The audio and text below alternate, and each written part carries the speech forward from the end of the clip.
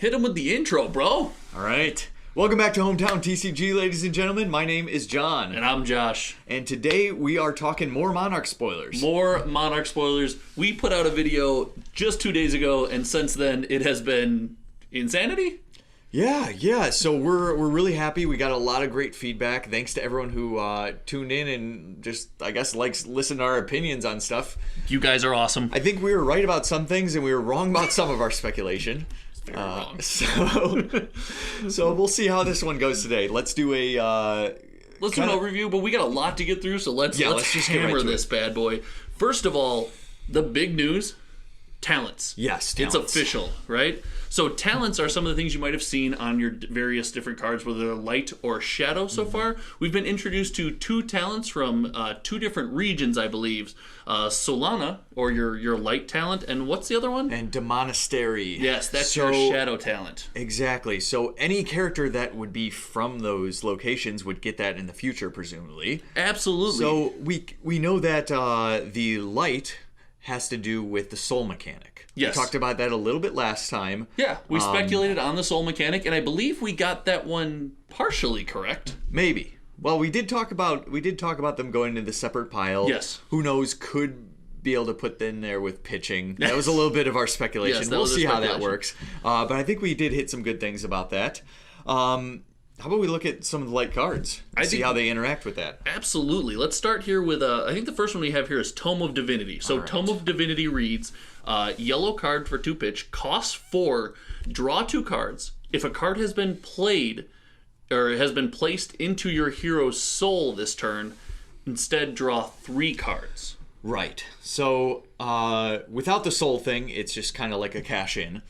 At best. With the soul thing, it seems pretty powerful. It seems very good. It's an instant, so you get to keep playing and can kind of filter things out if you have too much pitch. And I mean, it could be a really powerful card. It's majestic for a reason. It absolutely can be a powerful card, but we're going to have to see how much interaction the light heroes get with their soul, because you're going to need a good amount of interaction. Right.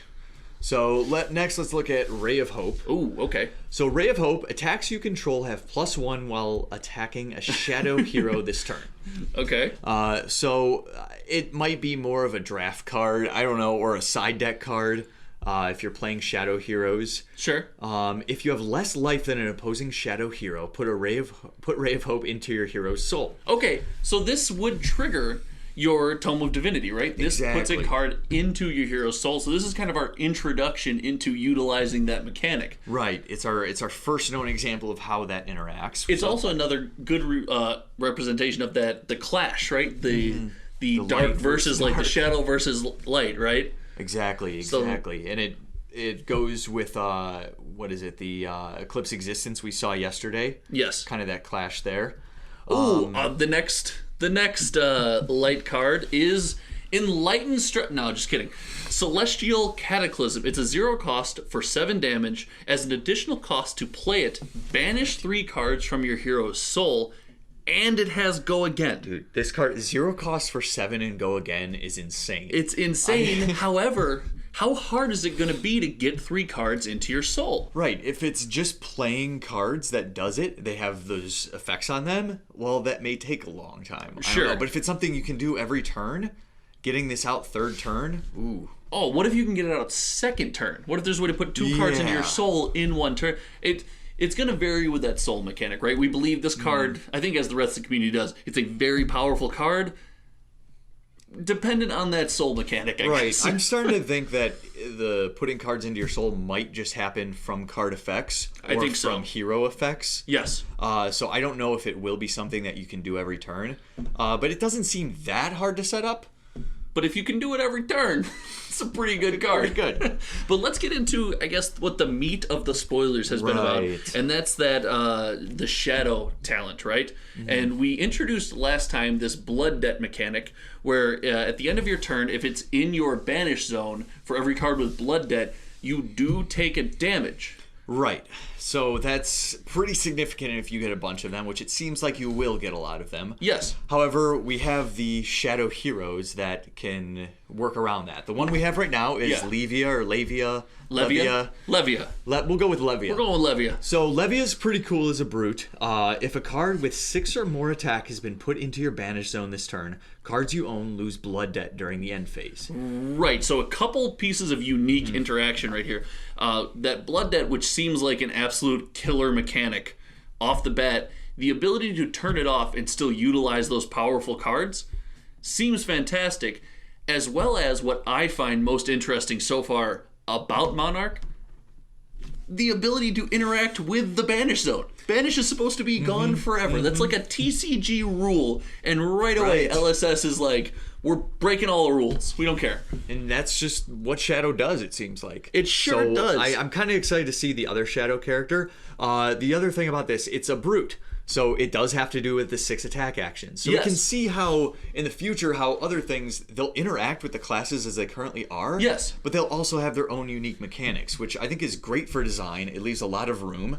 And you can give support to a bunch of different classes at the same time by working these things in. And that also brings up an interesting point about the talents that I want to make sure we touch on today. And that's regarding your, I guess, deck construction, deck building, hero choice, right? Right, we didn't go over that. Right, this new talent mechanic kind of changes the way we're going to build our decks as Fab players. It allows us, our generic brutes, right? It's almost like another class definition on these cards. Let's use our Shadow Brute, for example, right? Our Shadow Brute has an abundance of cards they can choose from. Our Shadow Brute can play Shadow talented cards. So any cards that are talented into Shadow and are just what I would consider Shadow generics, right? They're Shadow cards without a class definition.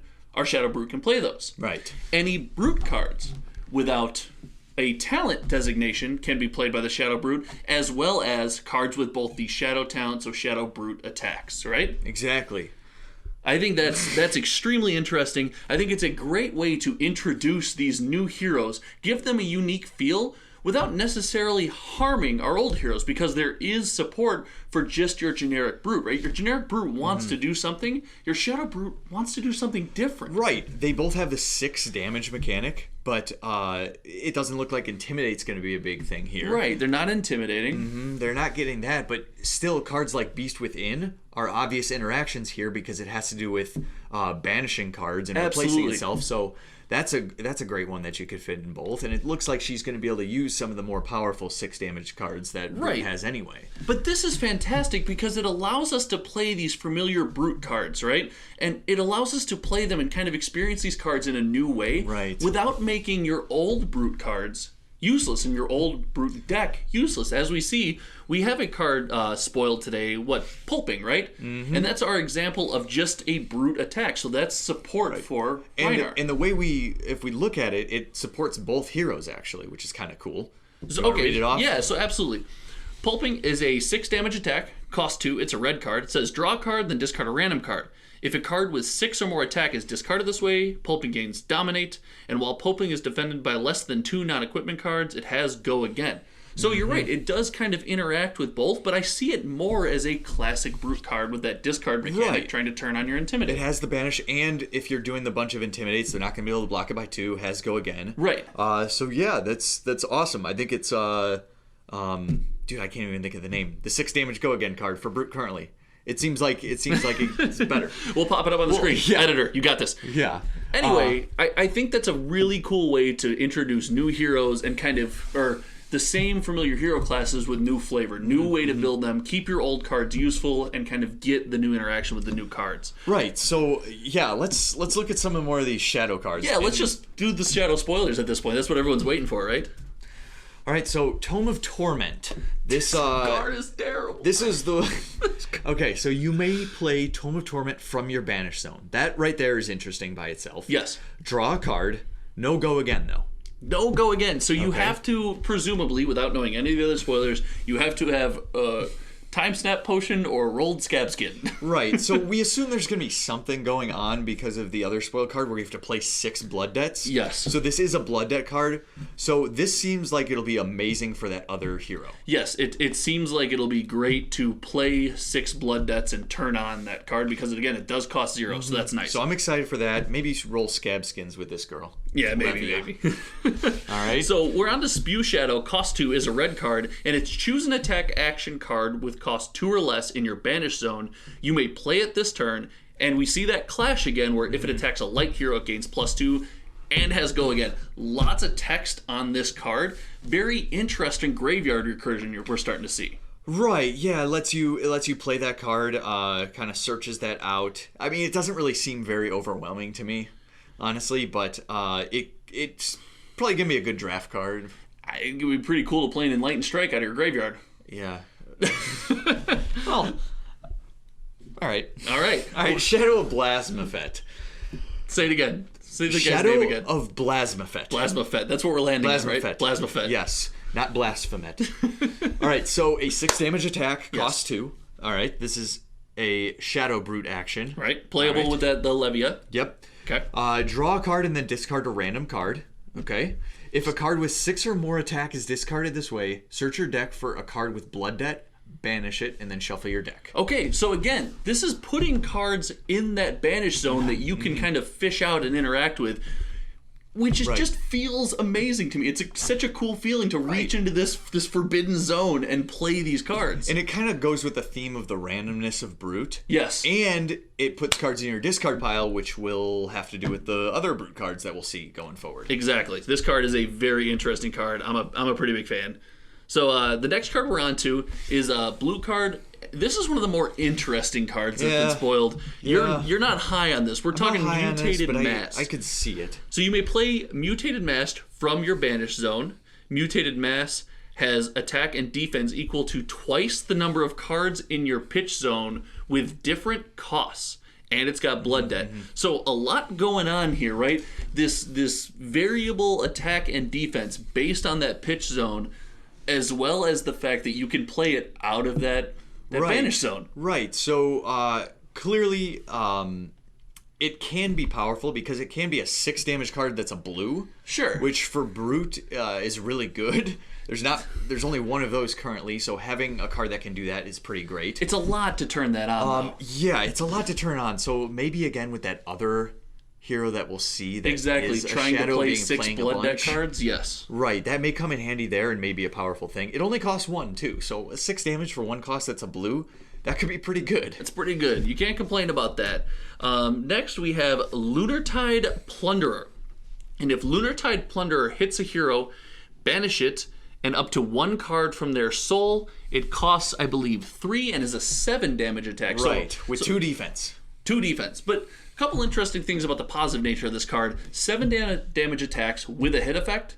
Generally pretty good, right? Right. It seems to me like it's kind of like the Wounded Bull, almost, right? To where it has some upside. It's going to be a really good draft card, but this card may have a little more upside than that because putting it into your banish zone could be something you could fetch out later just for a strong attack. Absolutely. And again, we see more of that clash, right? That light versus dark.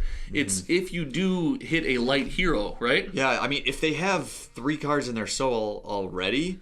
Yeah, you want maybe a good time to get rid of that. You want to turn off Celestial. That's the way to do it. All right. So looking at Ghostly Visit. Okay, Ghostly Visit. Okay, 1 cost for 4 damage and 3 block. You may play Ghostly Visit from your banish zone. Bludgeon.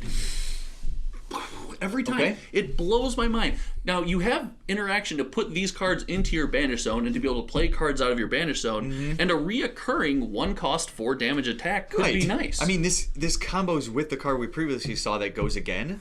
We have 2 of them in this spoiler, I think. Yes. Well, one would be Pulping. Yes. That could go again, but then I'm blanking on the other one. That's fine. But yeah, it's a 2 cost that goes again. So if you pitch a blue, you do the 2 cost to go again into the 1 cost from the banish zone. You don't even have to have it in your hand. Right. So we're already seeing combo potential. We're already seeing how interesting it is to kind of reach into this forbidden zone. It's the same with the soul, right? It's theoretical card advantage, right? It's cards that are not in your hand that you have access to. Pretty cool. Which kind of brings us to our next card, Endless Maw. So the art on this card is fantastic. It's a 3-cost, 6 damage attack. As an additional cost to play Endless Maw, banish 3 random cards from your graveyard. If a card with 6 or more attack is banished this way, Endless Maw gains +3, and it has Blood Debt. So, first of all, more ways to get cards into that banish zone. More banish, so the additional cost is actually a good thing for you. You might not be able to play it third turn. First turn of the game. Sure. But it's an easy setup. It's not like it takes a lot to get it done. And 9 damage is massive. 9 damage is very massive. For a blue in this card, incredible. Right. Now, quick point, you can't grow this card past +3. It's not for each. It's if you get one, right? So just a quick point, it can't grow to 12 and 15, right? It is only crazy. 9, but that would be a little insane. 9 damage triggers your power for Levia. I think it's safe to say we like this card. All right, Dread Screamer, 2 cost for 6 damage attack again. Right. As an additional cost to play Dread Screamer, banish 3 random cards from your graveyard.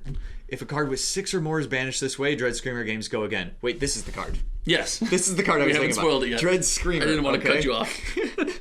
So, 6 damage, you pitch a blue. Imagine doing that into your 4 damage Shadow Ghostly Visit? Ghostly Visit. Nice. All right. That's a combo. That's a combo right there. It's a combo, people. Again, we're just constantly interacting with this banish zone. 6 damage attack. The amount of card advantage we're seeing that you can gain from this and what you can set up is phenomenal. And I like that we're keeping, like you mentioned this earlier, keeping to the randomness of Brute, right? That chaos. I love that. The theme is still there, even whether it's Shadow Brute, Standard Brute. I love it. I'm rambling. We're going to get in Deep-Rooted Evil is our next spoiler card. It's a 6 attack, cost 3. If a card with 6 or more attack has been put into your banished zone this turn, you can play Deep-Rooted Evil from the banished zone with Blood Debt. So we've seen several ways to put cards into the banished zone and turn Deep-Rooted Evil on. Right. Pretty great to just another card advantage kind of thing. If you have an extra blue, awesome. I guess that becomes a 6 damage attack. I'm about to say, I guess I'm doing Deep-Rooted Evil. There's one thing on the card though. Blocks for 0. Blocks, so that's true. It does block for 0. This is a little rough there, especially with the instance you may be playing. So I think it's safe to say you're definitely hoping to hit this with one of those banished 3 cards from your graveyard. Good thing it pitches for 2 at least. Exactly. Tough. Yeah. At least it pitches for 2. I was trying to think of a positive. That's all I got, man. All right, we're on to Deadwood Rumbler. So for 3. It's a Shadow Brute action attack for 8. Draw a card, discard a random card. If a card with 6 or more attack is discarded this way, banish a card from a graveyard. This card is so good, so much value. This might be one of my favorite cards for Brute. This has got to be one of my favorite cards because for Brute. it hits. It's a massive damage. Yep. And it triggers your things. You can choose the card from the banish. It works with Levia, and not only that. The blue version will presumably have 6 attack. It will, unless it's one of those weird cases where there isn't, but I can't imagine there is. Yeah, because but if it's got a blue version with 6 attack, assume. It allows you to turn on. Remember, playing out of that banish zone has been kind of the theme that I feel like we've been talking about forever now. Instead of there's no more chaos. You get to choose what is in there to have access to. That's just amazing. Yeah, we're seeing a lot of combos that can start to develop, and there's still so many more to come. I'm liking what I'm seeing so far with these combos. I'm with you 100%. That brings us on to Boneyard Marauder. Cost 1, 6 damage attack. It's a red. As an additional cost to play it, banish 3 random cards from your graveyard. More moving into that banish, so not necessarily moving out, but moving in. It's a 6 attack for 1. That's just good. The cool thing is that it costs 1. Yes. Right? Well, cost 1 and 3 cards. So again, not 3 first cards. turn viable. Yeah, so you can't be playing these cost 3 cards every turn. Well, sure. I guess you can if you're playing all blues or all 6s and you're blocking, which it looks like this person's going to have all 6s. Yes. But yeah, what's cool about this is it costs 1, so if you have Go Again, or if you roll Scab Skin or something, you could hit into a Romping Club or whatever new weapon we see. Or whatever new Shadow Brew weapon might come up. Assuming we see one.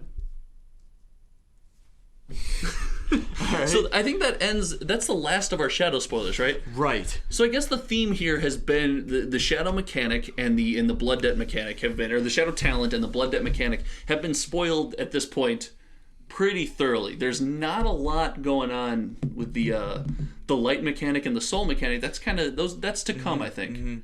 So we can kind of guess that it'll be similar to the Banish in that it's almost an additional resource of a pool of cards you can play from and interact with. Exactly, but there has to be a downside. Remember, you have to turn that blood debt that's out there has a negative impact on your hero. We do not know what that is. So you assume there's some kind of detriment to having these cards in your soul in the realm of balance, right? Right. We'll find out. That'll be interesting. Any specs on that? No, that's your turn. You put me on the spot last time. What's the downside to a soul?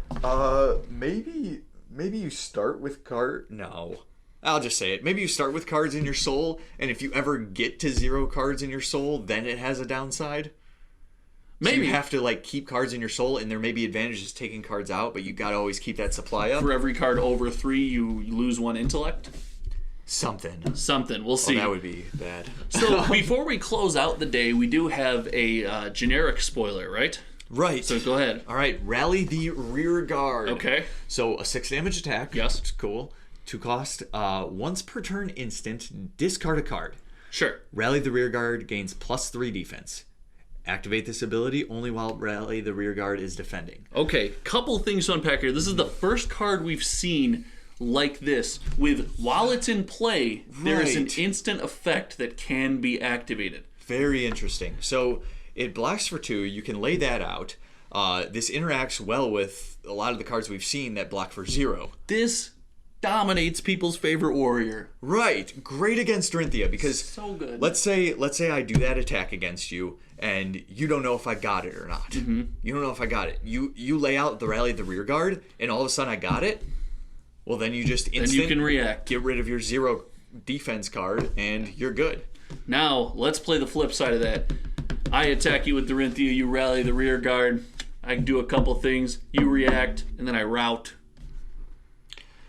That's bad. Oh no, that's really bad. So risk reward here. I love the fact that they're making the blocking mechanic, the defense mechanic, more interesting. I love that they're adding depth to it. I think it's fantastic. Now, can you? I believe it's a once per turn instant effect. I think you can aetherize that. I think you can aetherize 1 instance of it.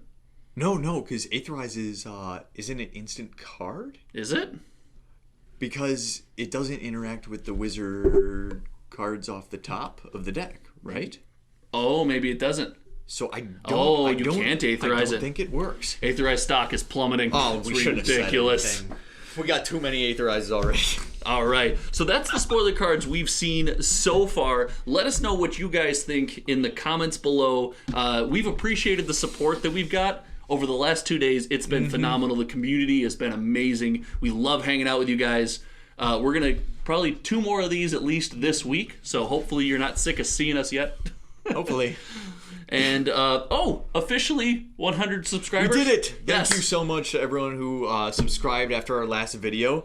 We were excited for that. It was really nice to see. I couldn't even sleep. I was just sitting there watching people sub and comment and replying to comments. I was having a blast just chatting with you guys. But that means we officially have to open the box and show what's inside the box. I probably shouldn't drop it knowing what's inside this box. That would be bad. So we have to open this. However, we want to get through spoiler season for you guys before we do any gimmicks and open the box and tell you what's inside. So stay tuned for the next episode of Hometown TCG. I'm Josh. And I'm John. And we'll see you next time. Later.